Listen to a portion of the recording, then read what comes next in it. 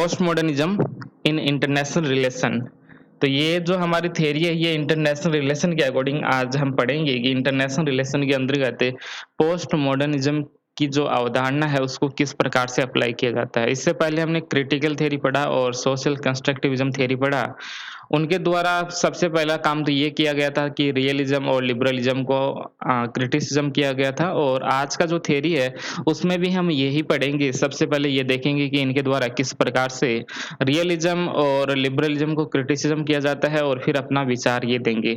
हमारी जो अगली क्लास होगी फेमिनिज्म के ऊपर रहेगी, तो वो भी इनका काम भी यही रहेगा। उनके द्वारा भी लिबरलिज्म और रियलिज्म जैसी थ्योरी है उनको क्रिटिसिज्म किया जाएगा और फिर अपने विचार इसमें दिए जाएंगे। तो इसको भी इसी प्रकार से हम पढ़ते हैं। यदि ये जो शब्द की हम बात करें कि इस शब्द का प्रयोग सबसे पहले किनके द्वारा किया गया, तो ये थे अर्नोल्ड टोइनबी। अर्नोल्ड टोइनबी के द्वारा इस शब्द का सबसे पहले प्रयोग किया गया था। और पॉलिटिकल थ्योरी की हम बात करें या कोई भी सोशल साइंस की हम बात कर सकते हैं, फिलोसॉफी की या सोशियोलॉजी की हम बात करें, तो ये जो पोस्ट मॉडर्निज्म की जो अवधारणा है वो 1960 के आसपास आती है। 1960s के समय ये अवधारणा आती है। और ये कहाँ से प्रारंभ होता है? फ्रांस से। फ्रांस से इसका सेंटर होता है। इससे जुड़े जो विचारक हैं मुख्य रूप से फ्रांस के साथ में ये फ्रांस से ही जुड़े होते हैं। तो इसका प्रारंभ फ्रांस से ही होता है। और यदि हम बात करें ये कहाँ पर आता है सबसे पहले, तो ये सबसे पहले आर्किटेक्चर के अंतर्गत आता है। जो आर्ट्स होती है उसके अंतर्गत आता है, और साहित्य के क्षेत्र में आता है। जो आर्किटेक्चर होता है जिसमें बिल्डिंग्स बनाई जाती है, तो पहले जो बिल्डिंग होती थी वो अलग तरीके से बनती थी मॉडर्निज्म के अंतर्गत। और जो पोस्ट मॉडर्निज्म का जो एरा है उसमें जो बिल्डिंग आप देखोगे तो वो अलग हो जाएगी, उसमें आपको अलग पैटर्न देखने को मिलता है। तो सबसे पहले ये आर्किटेक्चर में आता है, और इसके साथ में ही लिटरेचर के अंतर्गत लिटरेचर और आर्किटेक्चर का जो फील्ड है उसमें सबसे पहले पोस्ट मॉडर्निज्म आता है, और उसको धीरे-धीरे सभी विषयों में इसको अप्लाई करना शुरू कर देते हैं। ओके? तो ये कुछ फैक्ट है। इनकी कुछ मान्यताएँ देख लेते हैं कि पोस्ट मॉडर्निज्म आखिर कहता क्या है और ये क्या कहता है। तो पहला विशेषता है ये किसी भी सार्वभौमिक सत्य को नहीं मानता, ऐसे किसी यूनिवर्सल ट्रुथ को नहीं मानता जो कि कहता है कि यही सही है। यही सही है। तो किसी भी यूनिवर्सल जो ट्रुथ होता है उस पर ये विश्वास नहीं कर सकता, नहीं करता। जैसे रियलिज़्म वाले कह रहे थे कि हमारे जो विचार है यदि उसको आप विश्व में अप्लाई करते हो तो ये सही रहेगा। हम विश्व को केवल रियलिज़्म की धारणा के अनुसार आसानी से समझ सकते हैं। जैसा रियलिज़्म कहता है, यदि हम उसको अप्लाई करते हैं तो इस विश्व में घटने वाली घटनाओं को हम समझ सकते हैं। ऐसा रियलिज़्म वाला कह रहा था। तो वो क्या कर रहा था? वो यूनिवर्सल की बात कर रहा था कि मैं जो कह रहा हूँ वो ही सही है। यदि कोई ऐसा कहता है तो पोस्ट मॉडर्निज़्म उस पर क्वेश्चन मार्क लगा देता है कि नहीं, ऐसा नहीं होता, कुछ भी यूनिवर्सल इस दुनिया में नहीं होता है। अगला पॉइंट हम देखें तो ये किसी एक विचारधारा को नहीं मानता, किसी एक विचारधारा को नहीं मानता है, और किसी एक मान्यता को नहीं मानता है, किसी एक विश्वास को नहीं मानता है। यदि ऐसी थ्योरी है जो कि उनका एक फिक्स आइडियोलॉजी है, ओके, उनकी एक मान्यता है, या हो सकता है कोई भी एक विश्वास हो सकता है। सोशियोलॉजी की हम बात करें तो कोई एक विश्वास हो सकता है, तो उस पर भी उस पर भी इनका मानना है कि ऐसा नहीं होता है। तो ये 2 मान्यताएँ होगी। तीसरी मान्यता ये है, किसी भी यूनिवर्सल थ्योरी को ये नहीं मानता। जैसे हम रियलिज़्म की बात करें, तो रियलिज़्म वाले कह रहे थे कि हमारी जो थ्योरी है वो साइंटिफिक है, उसमें ऑब्जेक्टिविटी आपको देखने को मिलती है। तो यहाँ पर पोस्ट मॉडर्निज़्म ने कहा कि ऐसा नहीं होता है, जो थ्योरी होती है वो यूनिवर्सल हो ही नहीं सकती। यूनिवर्सल नहीं हो सकती कोई भी थ्योरी। आप रियलिज़्म की सहायता से पूरे विश्व को नहीं समझ सकते। पोस्ट मॉडर्निज़्म क्या कहता है, आप किसी एक थ्योरी की सहायता से इस विश्व में घटने वाली घटनाओं को नहीं समझ सकते। कई सारे महाद्वीप है इस विश्व के अंतर्गत। कई सारे हो सकते हैं, उत्तरी अमेरिका है, लैटिन अमेरिका है, एशिया है, अफ्रीका है। इन सबको यदि आपको समझना है तो सबके लिए अलग-अलग थ्योरी चाहिए। किसी भी एक थ्योरी की सहायता से हम नहीं समझ सकते इस विश्व को। और अगली मान्यता है, मानव के विवेक पर ही विश्वास नहीं करते हैं। मानव का जो विवेक है उसके ऊपर भी इसमें विश्वास नहीं किया जाता। इसको हम समझते हैं, इन चारों ये जो पॉइंट्स हैं, इनको हम समझने का प्रयास करते हैं किसी एक डायग्राम से। तो बेसिक्स हम देख लेते हैं सबसे पहले पोस्ट मॉडर्निज़्म का, बाद में एग्ज़ाम में किस प्रकार से क्वेश्चन आते हैं उस पर भी बात की जाएगी।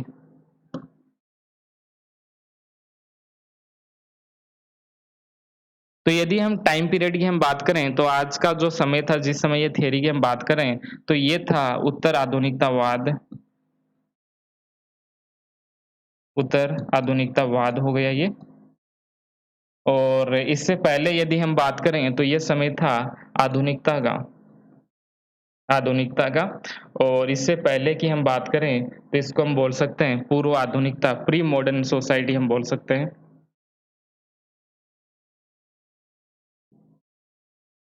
जो ये समय था पूर्व आधुनिकता का यानी जब मॉडर्निज़्म नहीं आया था, तो उस समय धर्म का प्रभाव होता था। इस विश्व में धर्म का प्रभाव था। आप यूरोप का एग्ज़ाम्पल ले सकते हो, जहाँ पर जैसा पोप कहता था, वो ही सही माना जाता था। किसी पादरी ने कह दिया, किसी पोप ने या चर्च ने कह दिया, यानी वेटिकन सिटी से जो आदेश आता था, वेटिकन सिटी यानी जहाँ पर पोप रहते हैं, वहीं पर पोप का साम्राज्य रहता है, ओके? तो जैसा वेटिकन सिटी ने कह दिया, वैसे ही मानना पड़ता, वैसे ही यूरोप आगे बढ़ता, ओके? जैसा उन्होंने कह दिया, वो यूनिवर्सल हो जाता। तो धर्म में जो लिख दिया गया है, धार्मिक किताबों में जो लिख दिया जाता था, उसी को सही मान लिया जाता था और ऐसा विश्वास था, ऐसी मान्यताएँ थी कि जैसा यदि हम धर्म के अनुसार काम करेंगे, धर्म की जो किताबें उसमें जो लिखा है, उसको हम फ़ॉलो करेंगे, तो इस विश्व को हम बेहतर बना सकते हैं। ऐसी मान्यताएँ थी प्री मॉडर्न टाइप में, यानी 16-17 सेंचुरी से पहले ऐसा ही माना जाता था।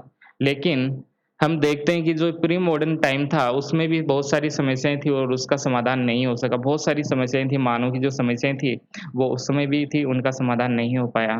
उसके बाद में क्या हुआ, मॉडर्निज़्म आया और मॉडर्निज़्म ने कहा कि प्रत्येक व्यक्ति रैशनल होता है, प्रत्येक व्यक्ति विवेकशील होता है और वो अपने लिए अच्छे और बुरे को डिसाइड कर सकता है कि हमारे लिए अच्छा और बुरा क्या है। ये मॉडर्निज़्म कहता है।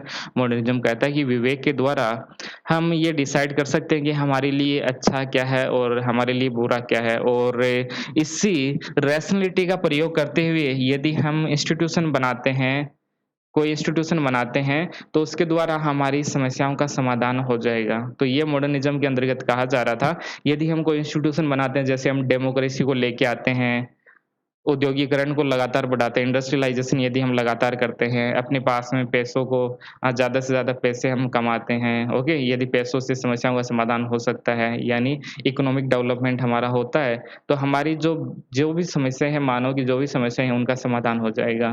तो ये सभी क्या कर रहे थे मॉडर्निज़्म के अंतर्गत विवेक के ऊपर विश्वास किया जा रहा था। अपने विवेक के ऊपर विश्वास किया जा रहा था और इसमें कहा गया कि विवेक के द्वारा जिन संस्थाओं को बनाया जाता है यानी लोकतंत्र को बनाया जाता है, पूंजीवाद को यदि लाया जाता है, औद्योगीकरण को यदि लाया जाता है, तो उससे मानव की सभी समस्याओं का अंत हो जाएगा। लेकिन क्या वाक़ई में मानव ने जिस संस्थाओं का निर्माण किया, उससे समस्याओं का समाधान हुआ कि नहीं? तो हमें पता चलेगा कि मॉडर्निज़्म के दौरान जिन इंस्टीट्यूशन का निर्माण हुआ था, उनसे समस्याएँ बढ़ी, जैसे पूंजीवाद वो लेके आया, लोकतंत्र वो लेके आया और भी कई सारी आइडियोलॉजी वो लेके आया, उससे मानव की समस्याएँ कम नहीं हुई, मानव की समस्याएँ बनी हुई है। तो फिर अब क्या किया जाए? अब किया जाए, इस विवेक पर हम विश्वास क्यों करें? जब इस विवेक ने कुछ किया ही नहीं, जो व्यक्ति का विवेक है, उसके द्वारा जिन इंस्टीट्यूशन का निर्माण किया गया, उसके द्वारा मानव की समस्याओं का जब अंत नहीं किया गया, तो हम विवेक पर क्यों विश्वास करें? तो पोस्ट मॉडर्निज़्म क्या कहता है? पोस्ट मॉडर्निज़्म कहता है कि हमें मानव के विवेक पर भरोसा नहीं है, मानव का जो विवेक है, उस पर हम भरोसा नहीं कर सकते, क्योंकि मानव के विवेक ने इस दुनिया को बेहतर नहीं बनाया है। बेहतर नहीं बनाया है, ऐसी बात सबसे पहले रूसो के द्वारा कही गई थी।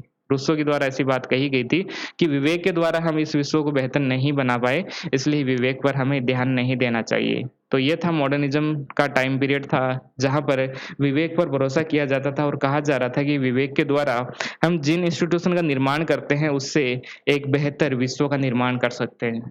अब क्या आई है? अब एक नई मान्यता आई, जो हम पोस्ट मॉडर्निज़्म के रूप में पढ़ते हैं और इसमें कहा गया कि ये जो विवेक है, ये कुछ भी नहीं है, हम इस पर भरोसा नहीं कर सकते। पहली बात क्या हुई? हम विवेक पर भरोसा नहीं कर सकते।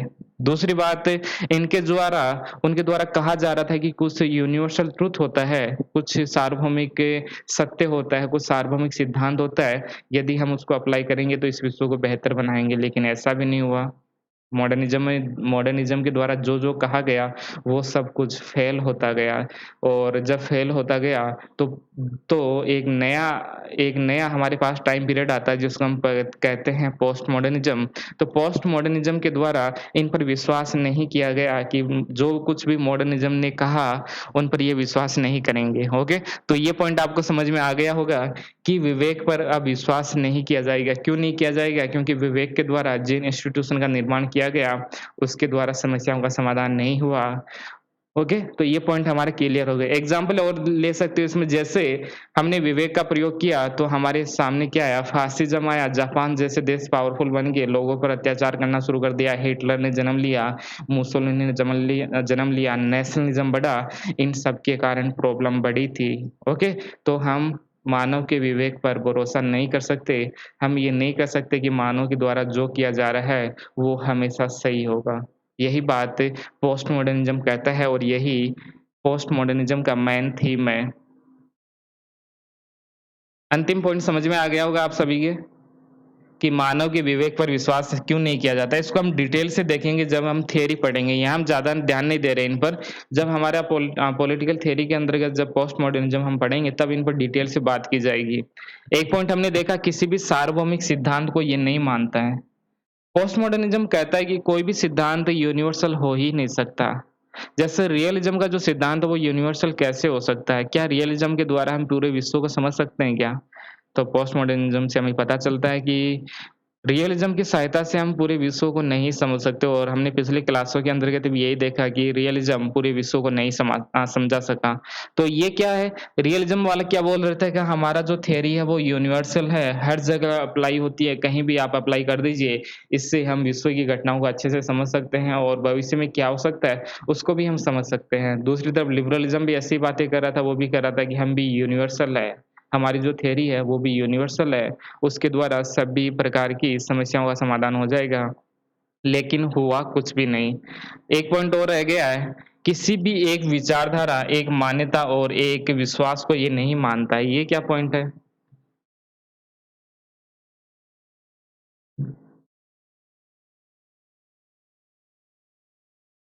यदि हम कहते हैं कि किसी एक मान्यता को हम मानते हैं,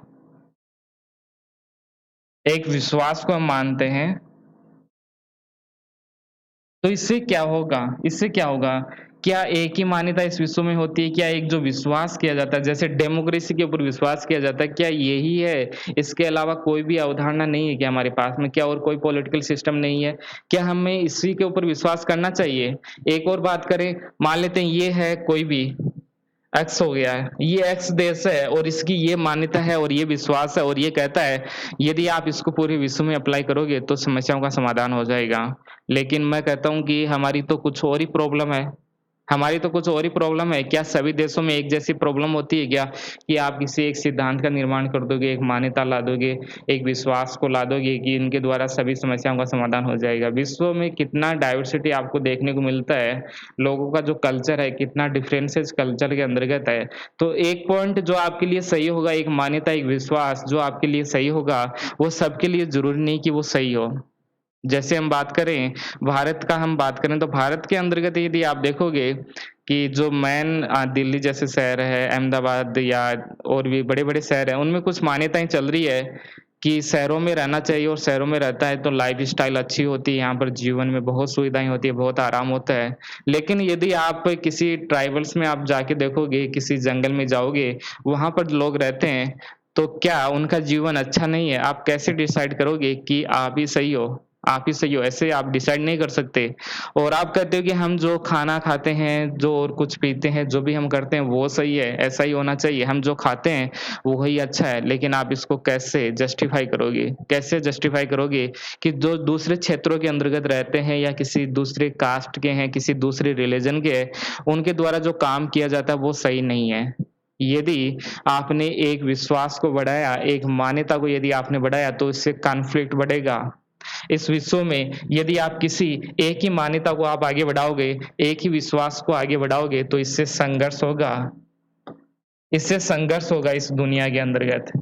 तो आपको क्या करना है? आपको डिसेंट्रलाइज़ेशन नहीं करना है, सॉरी, सेंट्रलाइज़ेशन आपको नहीं करना, आपको डिसेंट्रलाइज़ेशन करना है। आपको सभी को मान्यता देनी होगी, सभी को मान्यता देनी होगी कि जो शहरों में रहते हैं, उनका अलग लाइफ़स्टाइल है, वो उनमें खुश है। जो गाँव में रहते हैं, उनका लाइफ़स्टाइल अलग हो सकता है, वो उसके अंतर्गत खुश है।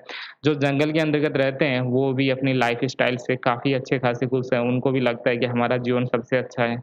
तो इनको अलग-अलग रहने दीजिए आप, कोई भी एक विश्वास और मान्यता मत बनाइए। इन्हीं सबको समझाने का काम यहाँ पर पोस्ट मॉडर्निज़्म करता है। ओके? तो यही पोस्ट मॉडर्निज़्म यहाँ पर कह रहा है कि यदि आप किसी एक मान्यता को बढ़ाओगे, किसी एक विश्वास को बढ़ाओगे तो संघर्ष बढ़ेगा। जैसे हम भारत की हम बात करें तो भारत में कोई कहेगा कि ये जो धर्म है, वो ही सबसे अच्छा है। यदि आप इसी विश्वास को आगे बढ़ाओगे तो कॉन्फ्लिक्ट नहीं होगा क्या?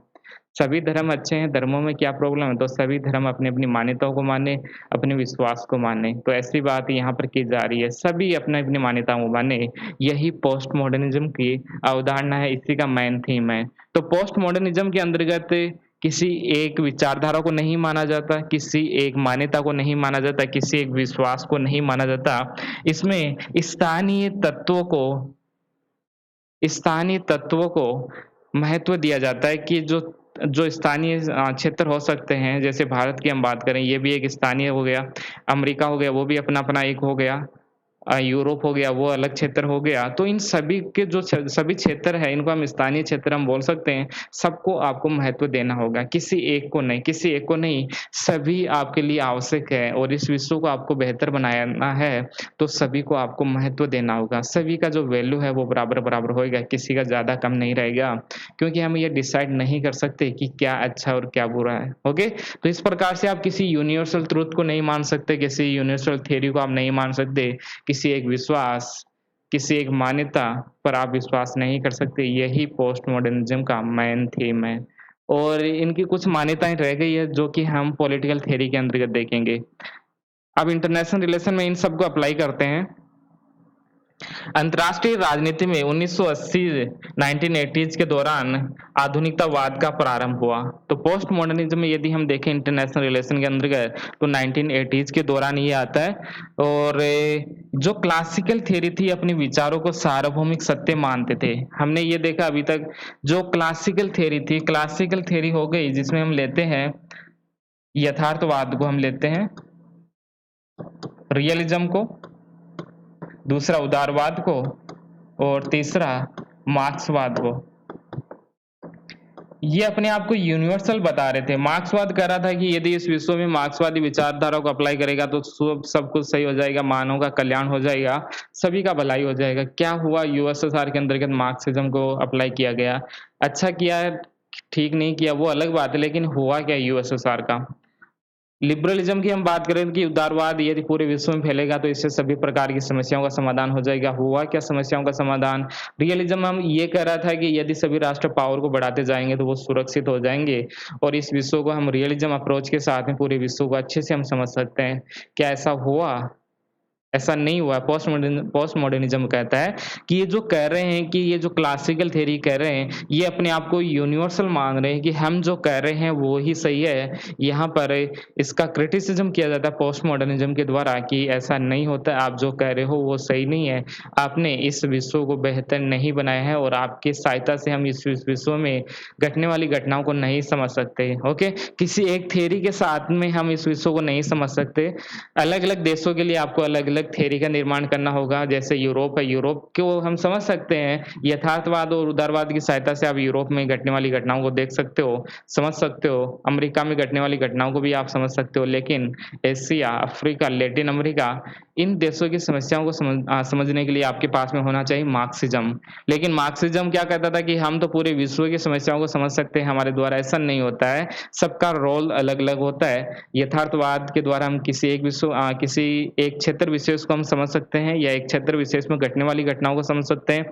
उसी प्रकार से उदारवाद और मार्क्सवाद के अंतर्गत भी इसी प्रकार से हम किसी क्षेत्र विशेष की समस्याओं को हम समझ सकते हैं, किसी क्षेत्र विशेष में घटने वाली घटनाओं को हम समझ सकते हैं। अगला पॉइंट है, ये मेटा नैरेटिव को सपोर्ट नहीं करता है। मेटा नैरेटिव के लिए हिंदी में शब्द है महान वृत्तांत।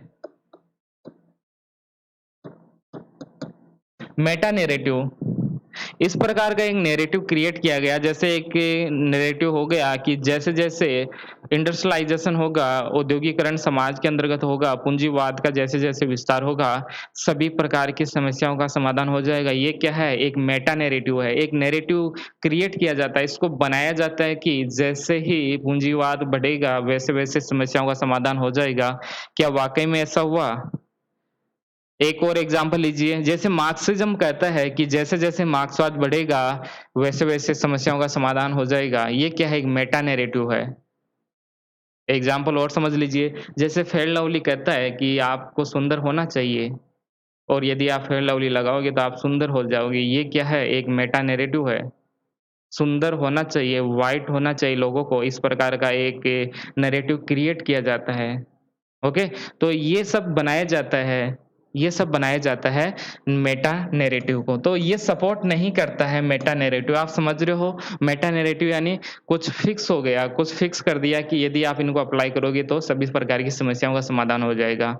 जैसे हम रियलिज़्म को भी एक मेटा नैरेटिव मान लेते हैं और वो कह रहा था यदि आप हमें अप्लाई करोगे तो सभी प्रकार की समस्याओं का समाधान हो जाएगा। उदारवाद भी एक मेटा नैरेटिव को हम मान सकते हैं। ये भी कह रहा था कि समस्याओं का समाधान हो जाएगा, मानव के जीवन को हम बेहतर बना सकते हैं। पूंजीवाद, औद्योगीकरण, ये सभी मेटा नैरेटिव तो है, ये महान वृत्तांत है और इनका सपोर्ट नहीं किया जाता है पोस्ट मॉडर्निज़्म के अंतर्गत। ये सब हम लियोटार्ड के अंतर्गत देखेंगे जब पॉलिटिकल हम थ्योरी पढ़ेंगे, वहाँ अलग हमें पढ़ना है, डेरिडो हमें पढ़ना है, मिशेल फूको पढ़ना है, लियोटार्ड हमें पढ़ना है और भी कई सारे विचारक वहाँ पर 6 से 7 विचारक हमें पढ़ने, वो अलग है। पॉलिटिकल थ्योरी के अंदर जो पढ़ना होगा हमें वो अलग हो रहेगा।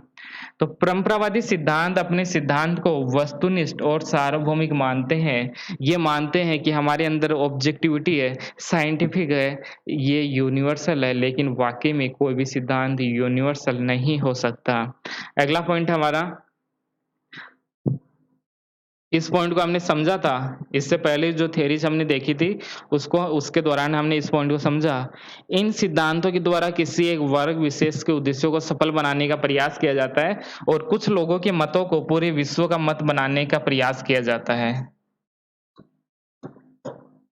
ये जो भी सिद्धांत हम देखते हैं जैसे लिबरलिज़्म है, वो क्या कहता है, उन्होंने एक मेटा नैरेटिव क्रिएट कर लिया कि यदि हम यदि हम व्यापार करेंगे, राष्ट्रों के बीच में लगातार इंटरडिपेंडेंसी बढ़ेगी, तो समस्याओं का समाधान हो जाएगा, पीसफुल एनवायरनमेंट का निर्माण हो जाएगा। क्या वाक़ई में ऐसा हुआ?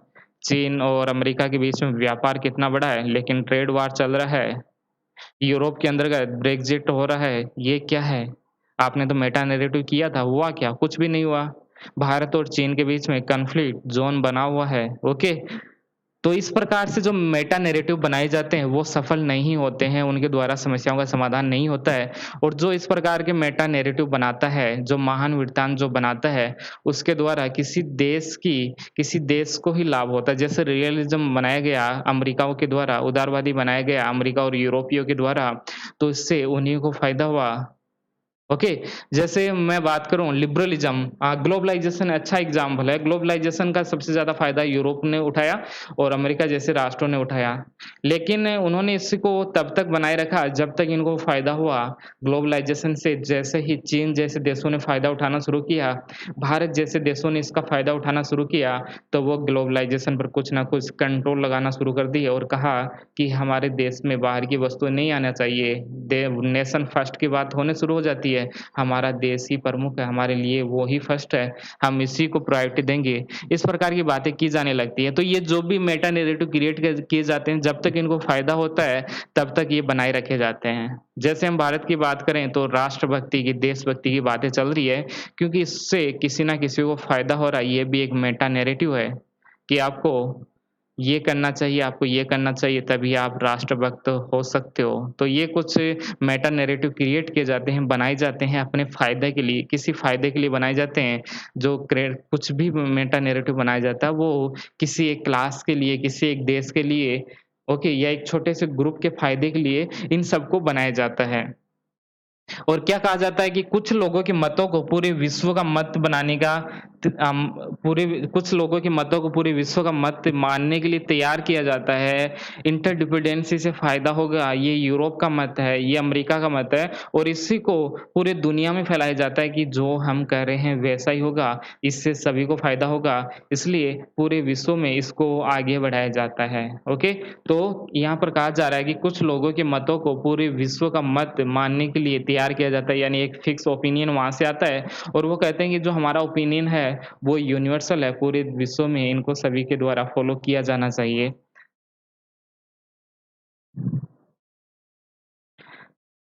मेटा नैरेटिव का प्रयोग किसी व्यवस्था को जस्टिफाई करने के लिए किया जाता है। जैसे बैलेंस ऑफ पावर अच्छा होता है, इस प्रकार का एक मेटा नैरेटिव क्रिएट किया गया। पावर स्ट्रगल होना चाहिए, हेजेमनी अच्छा होता है, इस प्रकार का एक मेटा नैरेटिव लाया जाता है अमेरिकन्स के द्वारा। क्यों लाया गया? उनकी जो व्यवस्था है उसको जस्टिफाई करने के लिए ही मेटा नैरेटिव लाया जाता है। ओके? भारत के अंतर्गत इसको आप अच्छे से अप्लाई कीजिए। आप जो भी पढ़ते हो वहाँ पर पोस्ट मॉडर्निज़्म को अप्लाई कीजिए और ये सोचिए, जो ये बोल रहे हैं इनसे किसको फ़ायदा हो रहा है? क्या इसको बनाया तो नहीं गया है? क्या हमारा ब्रेन वॉश तो नहीं हो गया है? ओके? तो इस प्रकार से आप यदि कुछ भी पढ़ते हो, कुछ भी पढ़ो, अपना स्टडी कीजिए या और कुछ भी आप करते हो, तो उसमें पोस्ट मॉडर्निज़्म को अप्लाई कीजिए, आपकी सभी समस्याओं का समाधान हो जाएगा। ओके? तो पोस्ट मॉडर्निज़्म क्या है? सबके सामने क्वेश्चन लगा देता है, ये धर्म अच्छा है तो क्यों है? ये सिद्धांत अच्छा है तो क्यों है? आप जो कह रहे हो वो ही सही है, हम ऐसा क्यों माने? आपकी संस्कृति सबसे अच्छी क्यों है? आपका विश्वास, आपकी मान्यताएँ ये सब अच्छी क्यों है? आप जो पढ़ रहे हो वही अच्छा क्यों है? अंग्रेजी भाषा अच्छी क्यों है? हिंदी अच्छी क्यों है? संस्कृत अच्छी क्यों है? सब पे क्वेश्चन लगा देता है, क्यों? हमें आंसर दीजिए, व्हाई व्हाई? ओके, सबके ऊपर क्वेश्चन यहाँ पर लगा दिया जाता है पोस्ट मॉडर्निज़्म के अंतर्गत। तो ये होगा जैसे सेकंड वर्ल्ड वॉर को हमने जस्टिफाई करने के लिए रियलिज़्म का थ्योरी लाया कि पावर स्ट्रगल के कारण ही ये हुआ, वो बताना भूल गए कि ये साम्राज्यवाद के कारण हुआ था। आप पे अपनी सीमाओं को बढ़ाना चाहते थे इसलिए इसलिए प्रथम विश्व युद्ध हुआ। लेकिन वो क्या कहते हैं सॉरी यहाँ पर हाँ, सही है सेकंड वर्ल्ड वॉर। तो सेकंड वर्ल्ड वॉर को वो जस्टिफाई करने के लिए रियलिज़्म का थ्योरी लाते हैं कि पावर स्ट्रगल होता है, बैलेंस ऑफ पावर बना रहना चाहिए, इस प्रकार से बातें की जाती है। तो रियलिज़्म का जो थ्योरी लाया वो उन्हीं के फ़ायदे के लिए लाया जाता है। तो यहाँ पर पोस्ट मॉडर्निज़्म इस प्रकार के किसी भी सिद्धांत को नहीं मानता जो मेटा नैरेटिव की बात करता है, जो यूनिवर्सलिज़्म की बात करता है, जो ऑब्जेक्टिविटी की बात करता है, ऐसे किसी भी थ्योरी को ये नहीं मानता है। जैसे रियलिज़्म, आइडियलिज़्म, लिबरलिज़्म, मार्क्सिज़्म तो इन सबको स्वीकार नहीं किया जाता है पोस्ट मॉडर्निज़्म के अंतर्गत। पोस्ट मॉडर्निज़्म का सिद्धांत हमें ये बताता है कि हमें सिद्धांतों के अंदर छिपे हुए अर्थ को हमें समझना होगा। उत्तर आधुनिकतावाद का सिद्धांत हमें ये बताता है कि हमें सिद्धांतों के अंतर्गत छिपे हुए पावर स्ट्रक्चर को बाहर निकालना होगा। जो थियरीज़ होती हैं उनके अंदर कुछ ना कुछ छिपा होता है। रियलिज़्म के अंतर्गत क्या छिपा है? रियलिज़्म के अंतर्गत ये छिपा हुआ है कि ये सेकंड वर्ल्ड वॉर को जस्टिफ़ाई करने के लिए आता है। अमेरिकन्स को फ़ायदा पहुँचाने के लिए रियलिज़्म को लाया जाता है। तो हमें देखना होगा पोस्ट मॉडर्निज़्म कहता है कि जो भी थियरी है उसको ध्यान से देखिए आखिर ये किसके फ़ायदे के लिए है? सरकार कुछ भी करती है आपकी, तो आप ध्यान से देखिए कि ये इससे फ़ायदा हो रहा है कि किसको हो रहा है? क्या सरकारें अपने फ़ायदे के लिए काम कर रही है या जनता के फ़ायदे के लिए काम कर रही है? ध्यान से आप देखिए, कुछ भी हो, उसको ध्यान से देखिए। जो भी थियरी आ रहा है, कोई भी एक नैरेटिव बनाया जा रहा है सरकार के द्वारा, उस पर फ़ोकस कीजिए, उसको ध्यान से देखिए, क्या इससे किसको फ़ायदा हो रहा है? इसके अंतर्गत आखिर वो कहना क्या चाहते हैं? ओके? तो इस प्रकार के जो विचार है, वो हमें समझना होगा। जैसे भारत की हम बात करें तो स्वदेशी को आधार बनाते हुए, धर्म को आधार बनाते हुए, पतंजलि जो प्रोडक्ट्स आप देखते हो इंडिया के अंतर्गत, उनको बढ़ावा देने का काम करता है। किसके आधार पर? राष्ट्रवाद के आधार पर, स्वदेशी के आधार पर, धर्म के आधार पर। पतंजलि के जो प्रोडक्ट है, उनको आगे लाया जाता है। तो आपको ये समझना होगा कि इनके पीछे आखिर क्या है? इनके पीछे क्या है? आखिर वो क्या चाहते हैं? तो आपको पावर स्ट्रक्चर आपको समझना होगा। आपको डिस्कवर आपको करना होगा कि शब्दों के पीछे आखिर क्या है? यदि कोई कहता है कि स्वदेशी को हम अपनाएँगे, ओके, तो आखिर वो क्या करना चाहता है? क्या किसी को इससे फ़ायदा तो नहीं हो रहा है? क्या वो अपने बिज़नेस को आगे तो नहीं बढ़ाना चाहता है? ओके, तो इस प्रकार का एक माहौल बनाया जाता है, एडवर्टाइज़मेंट दिए जाते हैं, आपके यूट्यूब पर आते हैं, फेसबुक पर आते हैं, आईटी सेल लग जाता है चारों ओर। तो इस प्रकार से एक मेटा नैरेटिव क्रिएट किया जाता है कि स्वदेशी को अपनाओ, इससे फ़ायदा किससे होता है? ओके, तो ये सब हमें पोस्ट मॉडर्निज़्म हमें सिखाता है। मैं केवल एग्ज़ाम्पल बता रहा हूँ, ये मेरे विचार नहीं है, पोस्ट मॉडर्निज़्म के विचार हैं। पोस्ट मॉडर्निज्म परंपरागत मान्यताओं को चुनौती देता है, चैलेंज करता है। जितनी भी मान्यताएँ हैं आप देख सकते हो, मैंने बात किया धर्म की बात किया, मान्यताओं की बात किया, विश्वास की बात की, आपको जो कुछ भी दिखाई देता है, उन पर क्वेश्चन लगा देता है, उसको चैलेंज करता है कि आप ही आखिर सही कैसे हो? कैसे? प्रूव कीजिए इसको। ओके? और ये क्या करता है? डिस्कवर करता है इन सिद्धांतों का आखिर उद्देश्य क्या है? इनको जब बनाया जा रहा है तो इनके पीछे के उद्देश्यों को समझना ही पोस्ट मॉडर्निज्म का मुख्य काम होता है। विचारक की हम बात करें, ये हमने देख लिया कि उत्तर आधुनिकतावाद का सिद्धांत है वो डायोसिटी को स्वीकार करता है। डायोसिटी को हमने बात किया, किसी एक विचार को नहीं मानता, किसी एक मान्यता, किसी एक सिद्धांत को जब हम नहीं मानते, किसी धर्म को हम नहीं मानते, तो इससे क्या होगा डायोसिटी होगा, विविधता आएगी समाज के अंतर्गत और ये डायोसिटी को सपोर्ट करता है कि सभी का अलग-अलग जो मत है, वो हमें मानना चाहिए। सबकी अलग-अलग संस्कृति, अलग खाना-पीना, रहन-सहन सब कुछ अलग-अलग है, तो हमें उनको बढ़ावा देना चाहिए। तो ये डायोसिटी को स्वीकार करता है। इसमें मुख्य रूप से जो स्कॉलर है, जो कि पोस्ट मॉडर्निज़्म के साथ में जुड़े हुए हैं, उनका नाम है रिचर्ड एस्ले और इनकी बहुत फेमस बुक है the achievements of post structuralism. 1996 के अंतर्गत ये बुक आती है और एक बुक और है इनका the political economy of war and peace. The political economy of war and peace. ये इनका पूरा बुक है, ओके, ये पूरा नाम है इनका। तो ये दोनों किताबें हैं। जो महत्वपूर्ण बुक है वो है the achievements of post structuralism, जो कि 1996 के अंतर्गत आती है, रिचर्ड एस्ले। ये जो भी विचार पढ़े हैं, लगभग जो विचार हैं रिचर्ड एस्ले के हैं, या हम कह सकते हैं पोस्ट मॉडर्निज्म के विचार हैं। लेकिन अंतर्राष्ट्रीय राजनीति में सबसे अच्छा काम किया गया था रिचर्ड एस्ले के द्वारा। इस प्रकार से रियलिज्म और लिबरलिज्म की जो क्रिटिसिज्म किया जाता है, वो रिचर्ड एस्ले के द्वारा किया जाता है। आगे कुछ फैक्ट देखते हैं जो कि एग्जाम में पूछे जाएँगे। एक विचारक है बार्टेल्सन, इनका बुक है जीनियोलॉजी ऑफ सॉवर्निटी और इसके अंतर्गत वो लिखते हैं संप्रभुता और सत्य के बीच में ऐतिहासिक संबंधों को उजागर उजागर किया जाता है कि आखिर संप्रभुता और सत्य के बीच में किस प्रकार से रिलेशन रहा है, इसको बाहर लाया जाता है, इसको डिस्कवर हमारे सामने करता है। और ये बुक है द जीनियोलॉजी ऑफ सॉवर्निटी, जो कि बार्टेल्सन के द्वारा लिखी जाती है। बार्टेल्सन के द्वारा ये बुक लिखी जाती है। आगे है एडकिंस, जेनी एडकिंस।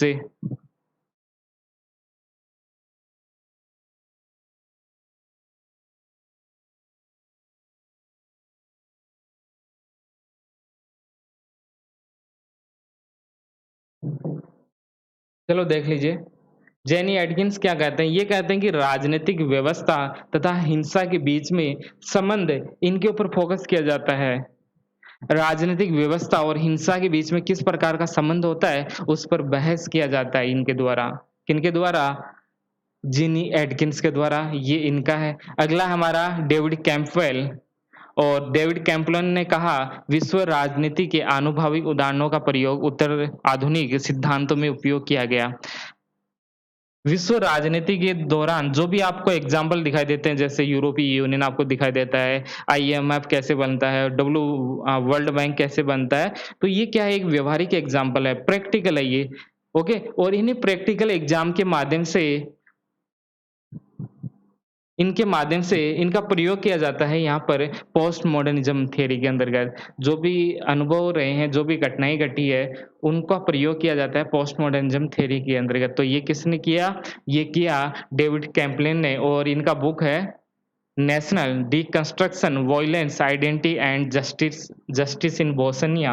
ओके, तो ये बुक हो गया इनका। अलग कई सारे और भी विचार हैं, जैसे वाल्कर और सिंथिया वेबर, ये भी इन्हीं पोस्ट मॉडर्निज्म के साथ में जुड़े विचारक है। तो विचारक आपको ध्यान में रखना है कि पोस्ट मॉडर्निज्म के साथ में कौन कौन से जुड़े हैं। एक थ्योरी आपको देखना है, और रिचर्ड एस्ले का जो बुक है ये सब आपको देखना है, और बेसिक जो हमने मान्यताएं देखी वो सब आपको देखना है, तो आपका ये क्लियर हो जाएगा पोस्ट मॉडर्निज्म।